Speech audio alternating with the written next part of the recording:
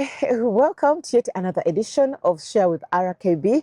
Hope all is well. Twebaza Mukama Katonda atuwezadde era ng'olunaku show ya leero njiweereza buli muzadde munnange ali eyo, buli maama buli taata yenna naddala ng'olina omwana ng'embeera gy'ayitamu si nnungi ng'ekunyiga ggwe ng'omuzadde n'osooka n'okikontaininga paka lw'olira nga kikalubi n'ogaana ne omanyi kandaajaneko osanga Mukama anansaasira. Fena tusaba ezzadde n'oluusi tusaba ezzadde ebisigadde byonna Mukama y'atekkanga bw'asanze. Era nga tukkiriza nti buli mwana bw'alwala Mukama y'ayamba. Episode eno ngiweereza abazadde bonna nga balina abaana abalwadde ba kansa. Kansa yenna oba wa musaayi, oba mu magumba, oba wa mawuggwe, oba wa byenda, buli kika kya kansa. Episode eno ngiweereza buli muzadde munnange era nga nkugamba nti mukwano Mukama abimanyi ate byonna abimala. Tusaba busabi Mukama abe nga atukwasizaako. Naawe ali eyo nga wali ofiiriddwako ku muntu alina kansa naddala nga bamukulu nga wali agadde okuddiza Mukama okubanga gwe tewamanya weekanga bwekanze nga wali wadde oyagala okuddiza Mukama mu ngeri emu oba endala oba nga wawonako oba alinayo omuntu eyawona nga wali agadde okwebaza Mukama mu ngeri emu oba endala. Episode eno gikuweereza Mukama kwateko ng'owaayo ate akuddizeewo ng'obugulu bw'eggongolo. So today with me nina abazadde abali mu bulumi olw'okuba nti omwana waabwe bwenkutte omwana muwala ono the beautiful one ayina kansa.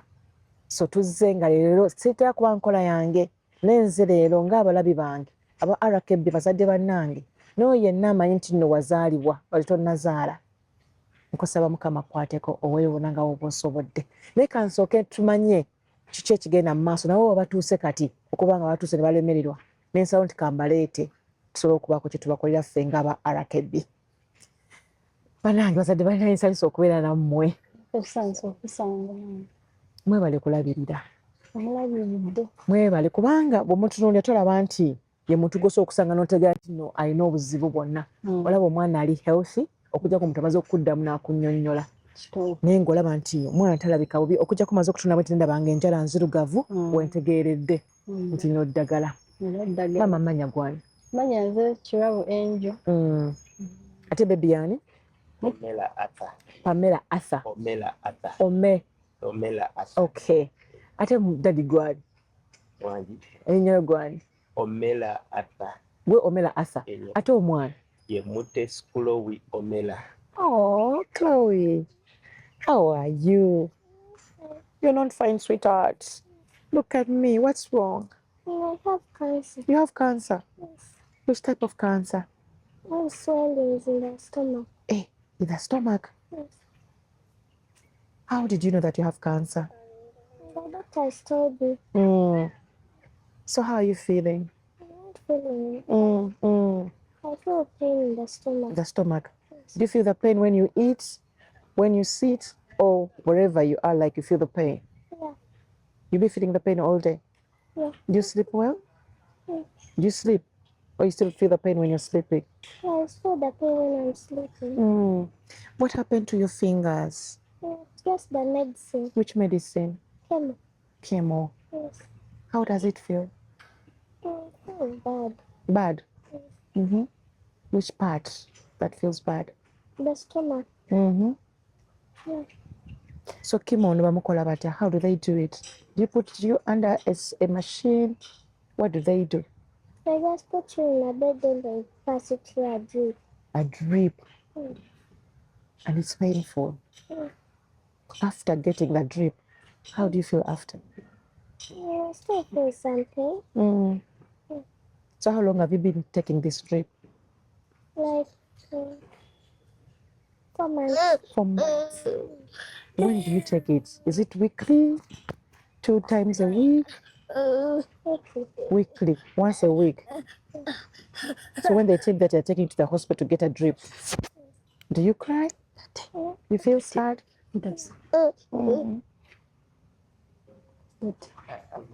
How do you want people to help you? I want people to help me to give us some money. Some money? Yes. For what, baby? For my treatments and for the things we need. What things do you need? Like a car, a place where we need to stay. You don't have a home? We have, but we are tired of living there. You're just renting? Yeah. We want to rent. Okay. So you need a car, a place where to stay. Yes. What else? And some things you need for the house. Like food, Yes. juices for you, because you have to drink a lot, right? Yes. Even the medicine is very expensive, Checho. Yes. So do you know amount of money you need? Or it's the parents who know? Yeah. Do you go to school? No. You don't? Yes. Which class did you stop in? Before. P4. How old are you? I'm 7 years. 7. Wow. Wadoso mangu 7 P4. Well done. Which school were you going to? Chakagama Junior School. What was your favorite subject? Math. Math. What do you want to become when you grow up? I want to become a doctor. Oh, why doctor? Because I like treating patients. Yeah. Is it because you have this disease? Yeah. Which has been your dream since nursery? Yeah. It has been your dream? Okay. So don't you feel bad when you stay home without going to school? Yes. You feel bad? Do you talk to your friends? No. You don't? Why? I don't know why. You feel bad to talk to them? No. I just like talking to them, but I don't know why. So which class did you learn that you had cancer? Which class were you in by the time you learned that you have cancer? P3. P3.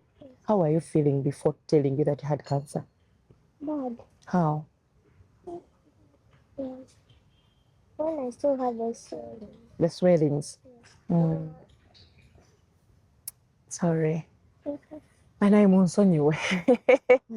Badde n'omukyalo ono bambi. So lwaki temukyamutola ku ssomero? Anti eddagala lye bamukuba ly'amaanyi. Kati baatugamba abatasobola kusoba. Baatugamba tulina okusooka okufiisaamukko. Bali batugambye tuliddemukko n'eno first term balabe. Paka eddagala lye bamukuba bamuteekako kemooyo. Tugenda okudda aba wiiki nnyo. Nga ne waba atambula olaba nti tasobola yeekwata ku bintu. Abeera mu kifo kimu. N'appetite egenda n'efa. Abuli akamunguluze kali awo sinagamba wano wannuma wano mu lubuto akaba n'owulira naye nga amaziga gakwita right ne mba mufumbye emmere n'egaana okola okugenda. But how come your nails are dark and yet you still have hair? Because I understand that when you get chemo, your nails turn black like they are right now, but then also the hair. It's just a wig. This is a wig. Can I see your real hair now? Can I remove this? Oh, sweetheart. But you still look beautiful, eh? Okay, so who gave you the wig? Mom. You like it? You still look pretty, yeah? With or without the wig, eh? Okay. Yes, you still look beautiful.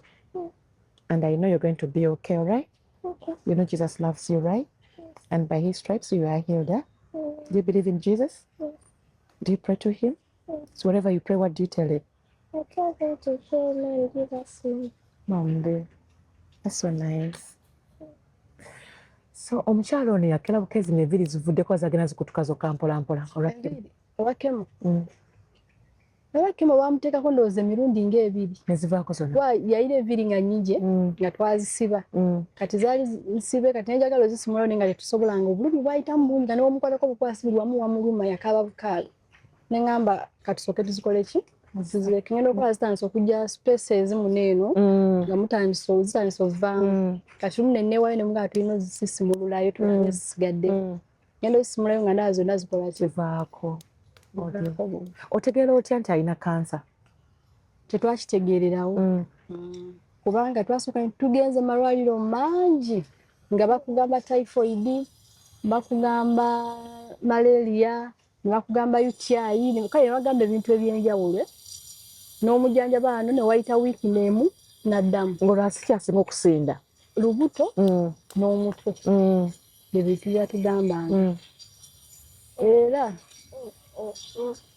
ne PTA mirundi mitono gye yalinga asoma omutwalayo ogenda okulabako naye nagamba we natuka ne ngamba oba nnimba n'okunnimba naye lumu nali nawe nadda ne mutuma ku dduuka ngenda omulaba atambula akutamye bw'ati kati wange atuka ne ndowooza ne ngamba yi n'omwana kitaagala kusoma kiki namulaba nga akutamye bw'ati ngenda olaba ali mu bulumi bungi nga tamanyi nti mulaba nekimpisa bubi nnyera ne muyita ne mugamba komawo era awo ne ngamba dadde omanyi kuba twali twakamujja mu ddwaliro nga ne weeks bbiri tezinakola babadde eddagala lya typhoid eddagala lya typhoid tanaana ddimalawo ne ngamba omanyi tumukyusizeeko eddwaliro ne tukyusa naye nga buli ssente ze twakolanga mubanga abasevinzeyo kane omwana n'alwala mubanga abasevinzeyo kane omwana n'alwala tukale tugamba nji kiki kino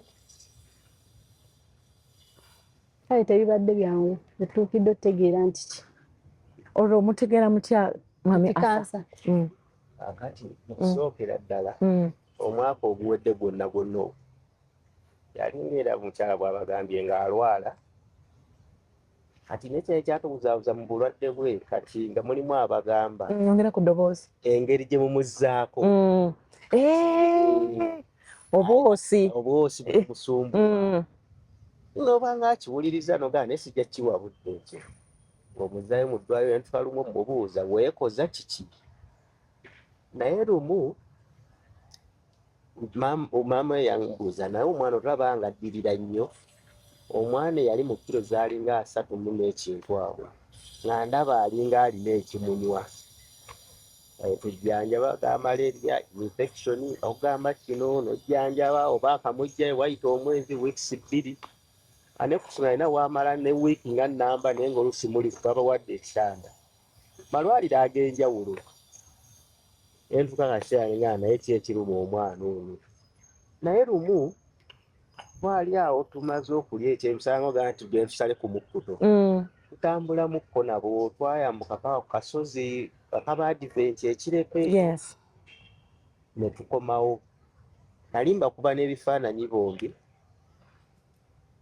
mukumukuba ebifaananyi ebyo kyandize ng'oba kyebikiro nga ekintu kiŋŋamba kino kyandiba ebifaananyi byabwe ebisembayo era awo nnyo nabagambira tunnyuke tudde ewaka nga wulya eddoboozi mu ggwe tudde ewaka kati mba ndi ku mawulire kulaba mu mawulire ag'akawunga essaawa emu n'afuluma mwazannyeko ne mutowe kuzannya ne mutowe awo olwamala amawulire okugalaba n'enzijanzannye nabo okubeeyungako naye n'omulaba ayise eddakiika nga 10 n'aŋŋamba dajja I want to rest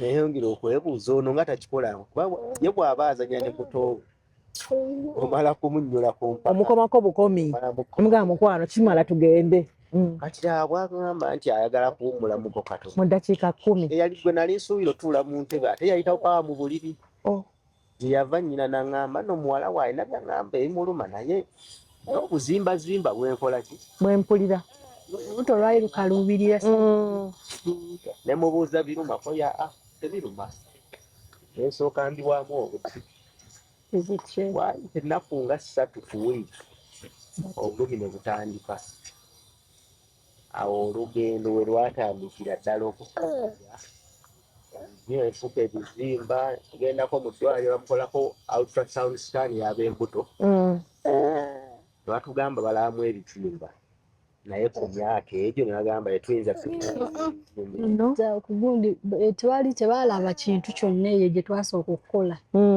bagamba tebalaba ne batulikomendingira CT scan then watulikomendinga CT scan ne tugenda ne tusooka ne tugira ne tunoonya ssente kubanga ssente zaali zigenze nnyingi nga muli mu typhoid malaria UTIs era nze n'okugamba nti tugendeko mu gundi waliwo yangamba oti olumuluma ngenda okukwatako nga wangamba wamuluma mpulira wali hard ng'okusingako eno kati ne olala lubu mulaba nga yali yeeyambudde agenda onnaaba ngenda okulaba nga olubuto lwe teruli healthy nga bwe yali yalinga mutono naye ng'anyirira olaba n'akabuto ke kali kuli naye nga kalabika bulungi akabuto nga kati naye nga kalina ng'egikazimbyemu neŋŋamba daddi we naye olubuto lw'omwana ono teruli healthy si yooli gwe mmanyi ati enkeera daddi we n'agamba omanyi kaŋŋende ngenda mutwala mu ddwaliro n'amutwala mu ddwaliro ne bamuteeka mu gundi mu sikaani amuteeka mu sikaani ne bagamba buli kimu kiri nnobo kye balaba.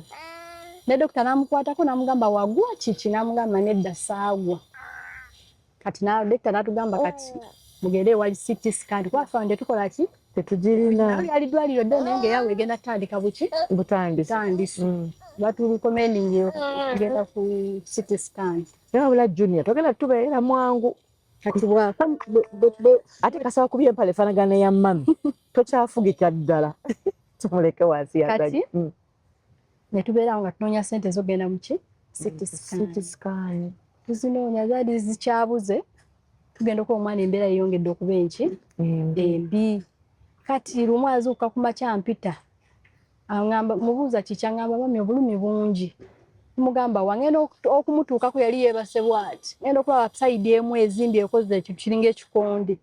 Natya nali nkyali mu otropo ono yali ansuziza seebase n'ototo simanyi nayo engeri gye twanzigwamu nabuuka mulira enja n'ensanga daddi we kuba daddi ono yali ali mukuba busimusimu abuuza ye CT scan za mmeka biki nenja ne mugamba omanyi omwana kyendabye ne mumunyonnyola naye najja n'alaba ffe ntandika okweraliikya tugamba kiki ekigenda mu maaso. Nasooka ne ndowooza alina aniya ngamba netandika okubaako abantu benakubirako amasimu bwe mbagira. Kati mba ndi awo nina sisita wange yankubira essimu n'angamba naye omwana oyo mulabe wamutadde kuki ku DPO naye nga siye Chloe gwe mmanyi Chloe nga yali anyiri ali herefe kiki alinga alina ekintu ekimu nga mugamba munnaye ne munnyonnyola ebyo ebyakola ki ebyaliwo ne mugamba naye tuli kunoonya ssente za CT scan tumutwale tulabe ki ekigenda mu maaso. Daddi wawo n'ayiya n'afuna akasente ne tumutwala. Baamutwala wayita ndowooza wayita oba lunaku lumu ne bamugamba akime results n'agenda naye nga tusale twebaka tuli mu kweraliikirira kukaaba kungi. Agenda zikima results nga bamugamba omwana alinamu kityuma mu lubuto naye alina okugenda okumanya yava ku ki. Results yali alina zikima nayekka naye yali alina yagenda n'ono olw'ensonga yali ali mu bulumi bungi agamba badokita baddemu bamulabeko. Mugenda naye nasigala ng'ewaka kuba ndalina ono nga muto nga yaŋŋamba sookusooka osigale ewaka nze kaŋŋende nga n'ono sigala nga waka naye nga mbeera mu kukaaba kw'otamanyi ono ayonka sisobola kulya ndi mu kweraliikirira ku mwana wange. Naye nga budde kikamba kubira amasimu n'aŋŋamba omanyi batusindise ewa Mulago tweyongereyo tukole gundi eyo bypass. Nasooka n'entya nesooka nginoonyerezaako ku Google ndabe twayigaawo wabula teri muzaale takozesa Google naddala nga noonya ku bulwadde bw'omwana naginoonyereza nesooka nendaba nesooka nemukubira nemuweereza message kuba naye yali takyasobola kwogera kubamu kyaŋŋamba ani daddi we waye atya nnyo okaabirwa mu maaso ge wakala okulaga nti amenyese mu maaso gaffe. Nemuweereza message ku WhatsApp nemugamba omwana alina kansa nasooka n'atanziramu kuba nalaba nga baga bazikola ku gundi nengamba mukama kiki kino kati nera gundi nasisangaawo gwe nakubirako nga naye yali ankubira speed ambuuza kiki waliwo ki ekigenze mu maaso daddi wamuwuliza namugamba ekirangamba nedda tekisobola kuba kansa nga mukama wamukola ki ekyo kisobola okutuusa omwana okuba ki okufuna kansa. Nange nengamba nedda tekisoboka mukama tasobola kunkola kintu ki bwekyo temugamba mukama era nafukamira nsi nesaba mukama nemugamba mukama omwana oyo alina ne Bible asiba akusaba kyogamba kyekino osoomuwa obulwadde bwe buti era yabujjawa. Daddi nangamba nedda tasooka kuyamba nti abuyina kuba tebanamukola ki omukebera sooke tulinde tulabe. N'agenda bwe batuuka eyo nga ssente tetulina ssente daddi ngenda okulaba bakomyewo naye ku booda amusitudde naye omwana ali mu bulumi obuyitirivu omwana akaba bukaabi baneiba buli omu n'akutunuulira nga balaba ng'oba ekitagasa. ntegedde nti ekiddako Junior kusikawo kantu kange Junior musajja olina oluganda kuggolola kati ne bamukomyawo ndiopigana ne Junior mugende eri mulambule ku bisolo banange mama yamukkiriza bye baby eri waggulu ddala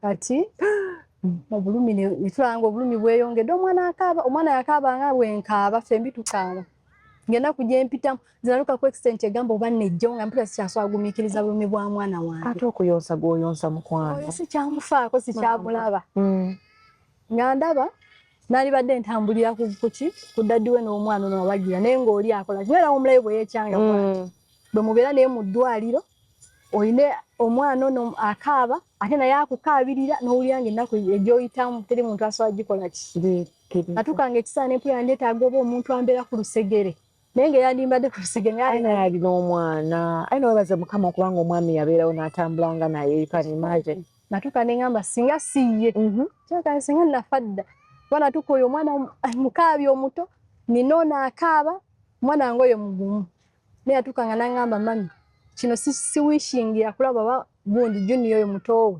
ng'akiyitamu naŋŋamba obulumi buno simanyi oba kyasobola obukola ki obugumiikiriza kubanga bungi olunaku lwenjukira yangamba kugamba mami why me mama nempulira amaziga agampita Mr. Arthur kubanga kulaba oli mu birowoozo weebale nnyo nja kusooka kwebaza nti weebale nnyo okuba ng'oyimiriddewo oba ng'oyimiridde mu kitebe ky'amaana bini nti nakawere ate gwe noba ng'otandika okutambula nga teweekaanya naye byonna bino olunaku lwasooka okuga nti omwana alina kansa olunaku olwo tetwakola CT scan ogenda ono naye results twatuukayo omusawo omu nanziza ebbali nambuuza maama w'omwana ono aliwa oga maama w'omwana aliwa yonna gye njagala okugamba naye njagala nga maama w'omwana yaliwo poze tojja mulaba lwa nsonga abaana abange nzazunga nabo muki nambi ne ku kitanda nzabeera nabo aŋŋamba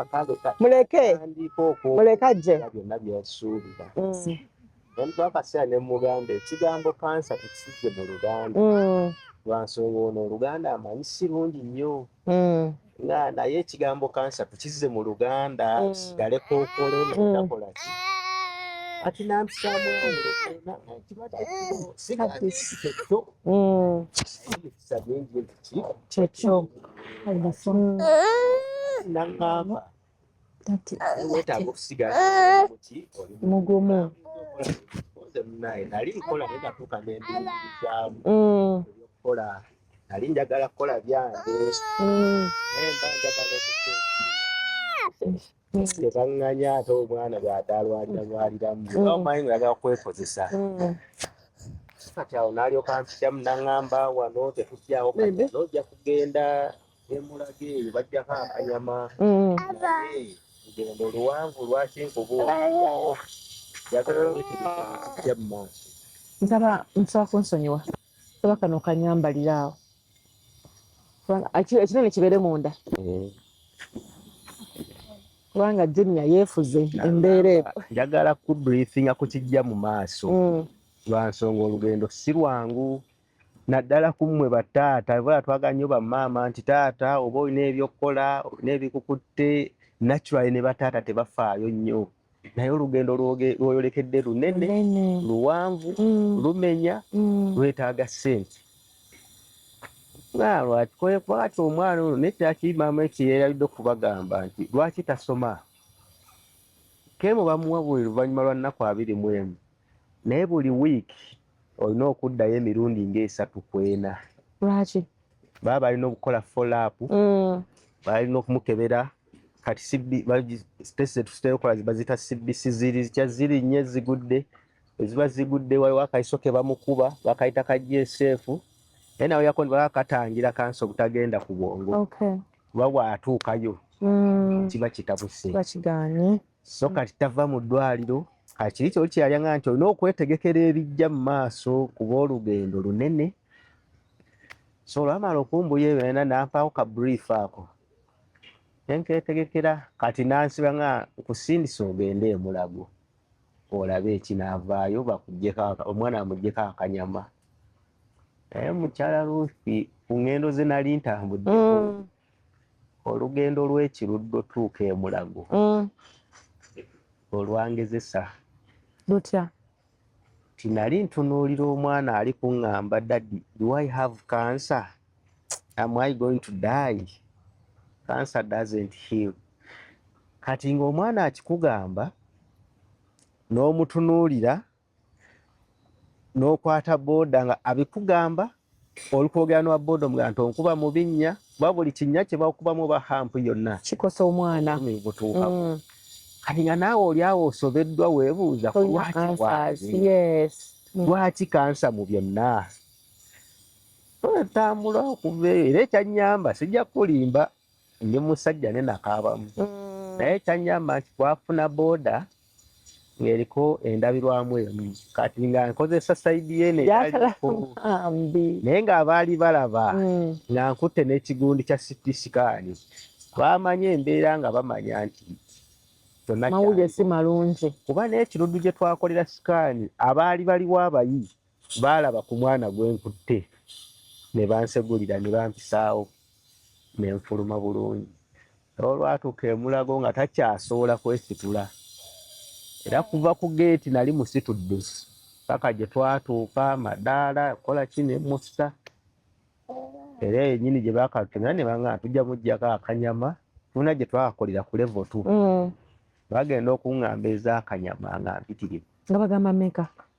sente zaali zikunuukiriza 8 sooka nzirako ewaka nenkubakubawo ku simu nenkwata ku zange zinalyo linakwatakwatako edda zinali ntaddewo ntujja kubaako kyokola nentandika okukwata ku ezo netukola akanyama netukalinda naye kati mu prosesi y'okukalinda eyo ng'abasawo bakugamba omwana kyonna ekimutuukako tukimanyi naye tumaneginga peyini tetuyinza mumuwa ddagala lyonna era ebiseera ebyo byatabukira nnyo mu biseera bya 2018 Desemba okutabukira ddala tugera mu Krismasi ati nga ne b'olinda okuwa results zaali zidda ku Krismasi nga tebaliimu kati nga bino ebimuluma ate alina eddwaliro eddala lyemutwalamu naye nga otuukayo biiru nnene naye nga bakugamba tumaneginga peni bamuteekako kanula mazzi waliwo neyo parasitemo sirapu nga gye bamuteekako baga tewa kye tuyinza mukolera tantandika ddagala naye ate sente zigenda ate nga twabawona njawulo olaba omwana akawale twali tugambye manyi atulinde result suspending ekikola ki nate nga tosobola mulekawo ng'akaaba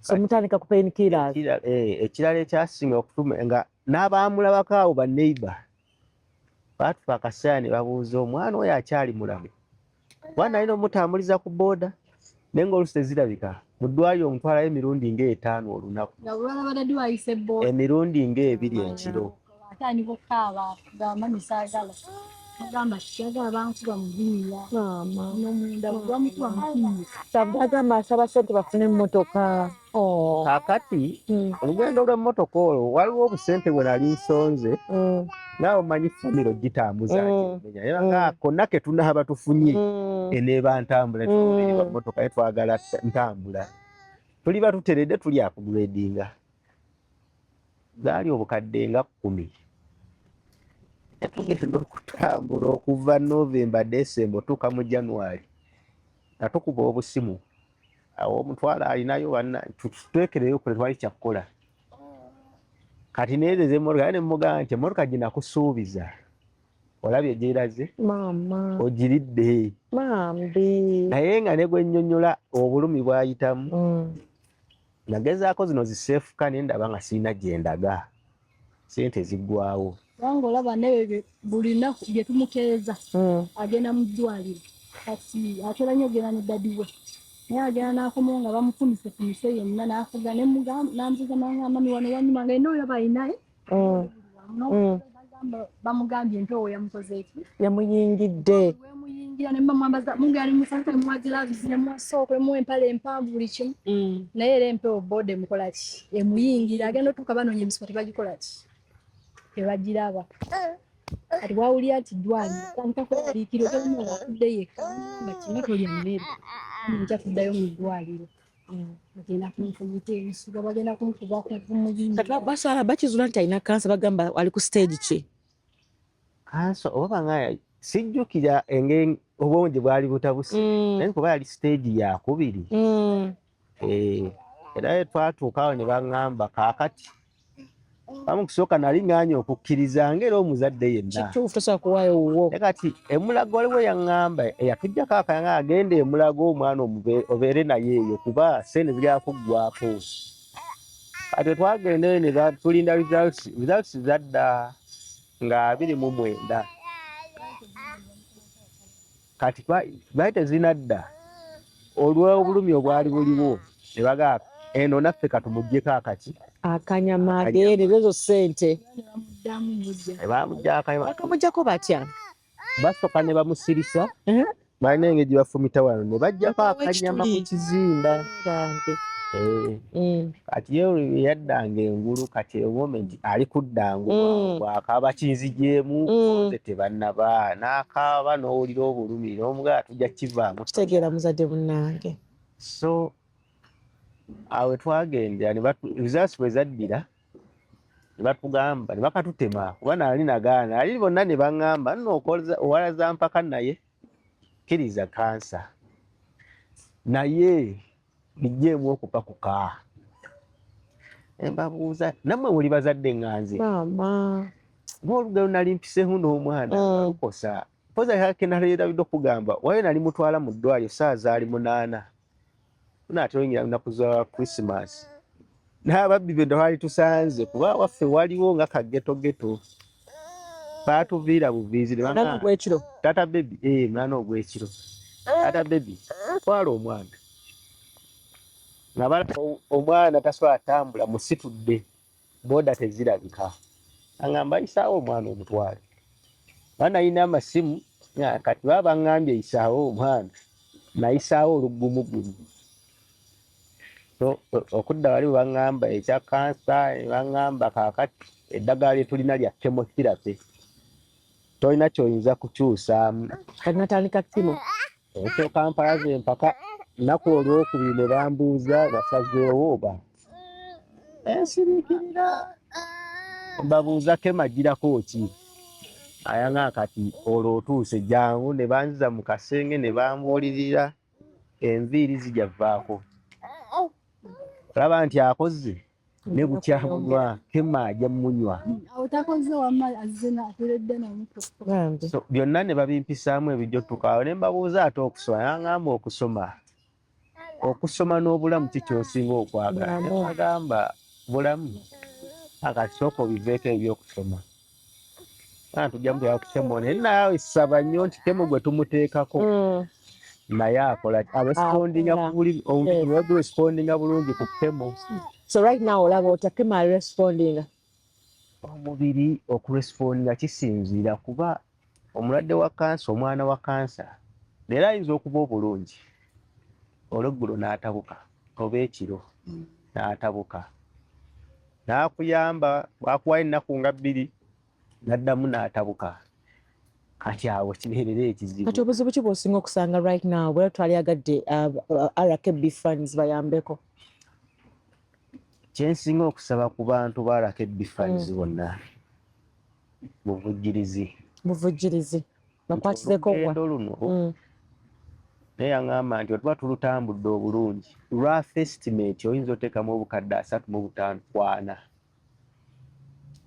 kati nga gye nagambye nti sikyakola ese nali njagala situlirako zakolaki zagenderamu kati otwala oluusi nga oyagala kuddayo mu ddwaliro sente zikubuza and I hear very expensive nebagamba kati endi erino kyuka kati n'oyo n'abaako kyakusaba nga olina onyigiriza lwa nsonga waali awo gyetwali mu woodi eyo yalaba abaana abatondoka nga baliga baweranga 8 kati n'obwongo buno olusi bwakusaba oba weetaaga omufunira obutamulumya kyalina kyajja okugamba naye nga kikunyigiriza naye oyagala mmusanyusa nga tolina kyakukola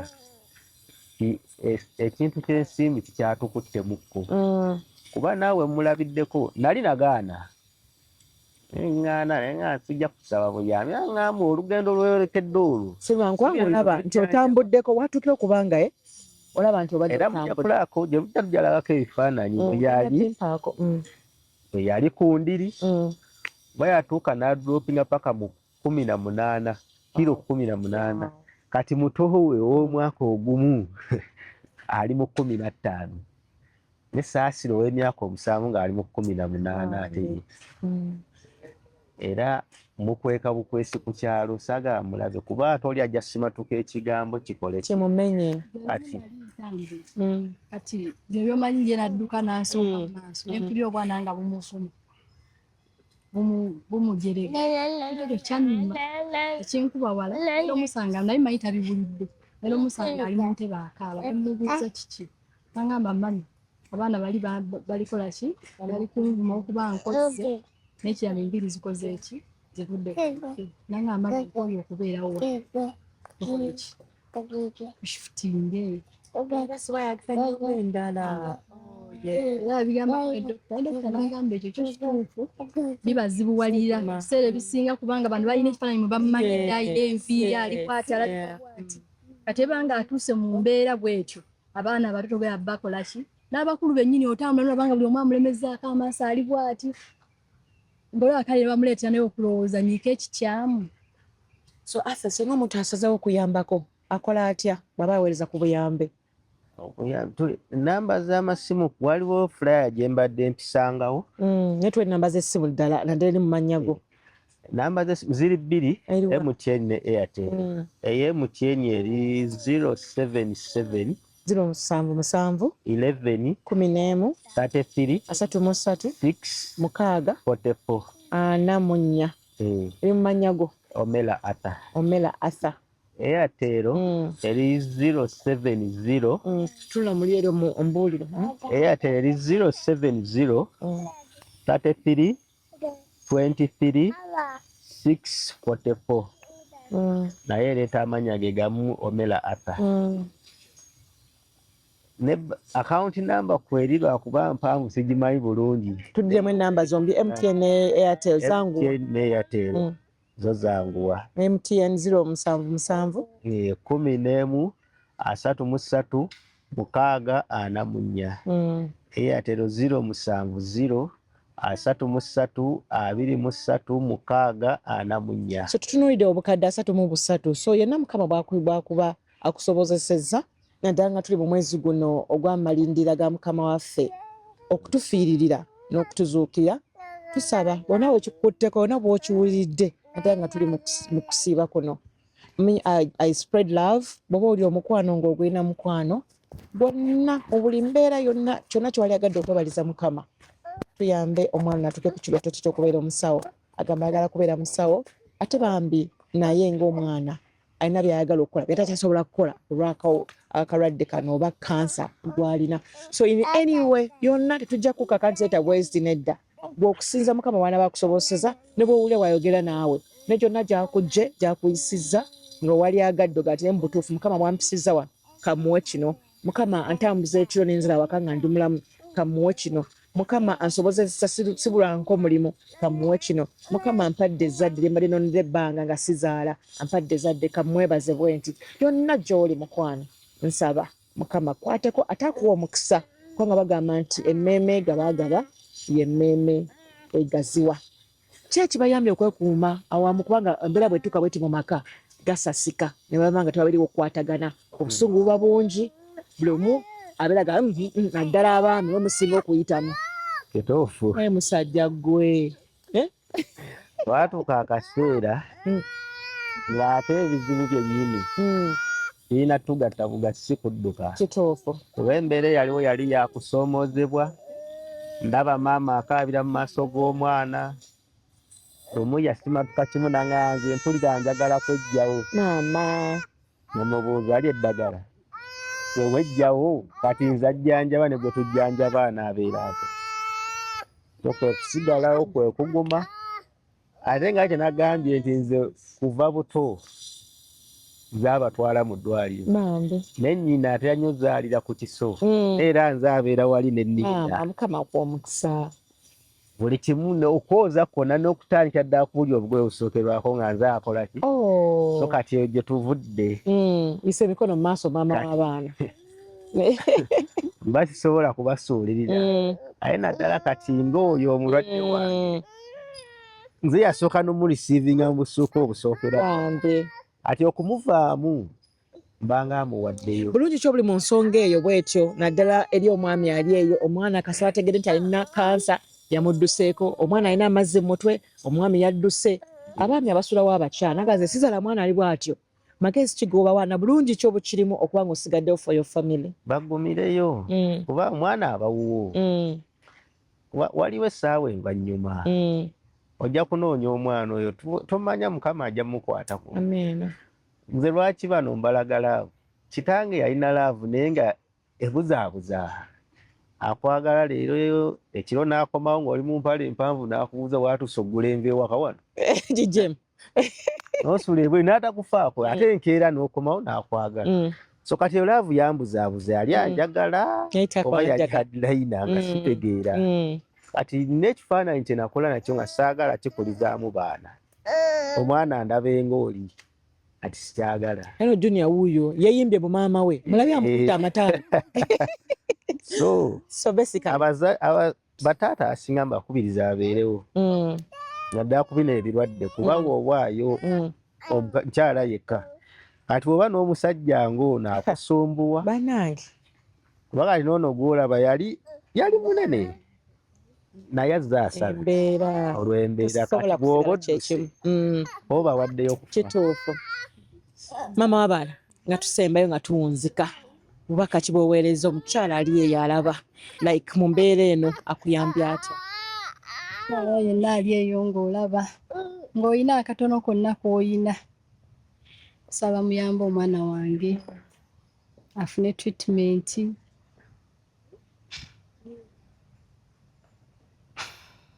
addemu abeere nga bwe yabeeranga kuba bye tuyiseemu si byangu si bitono ate ne bye tuyitamu si bitimu.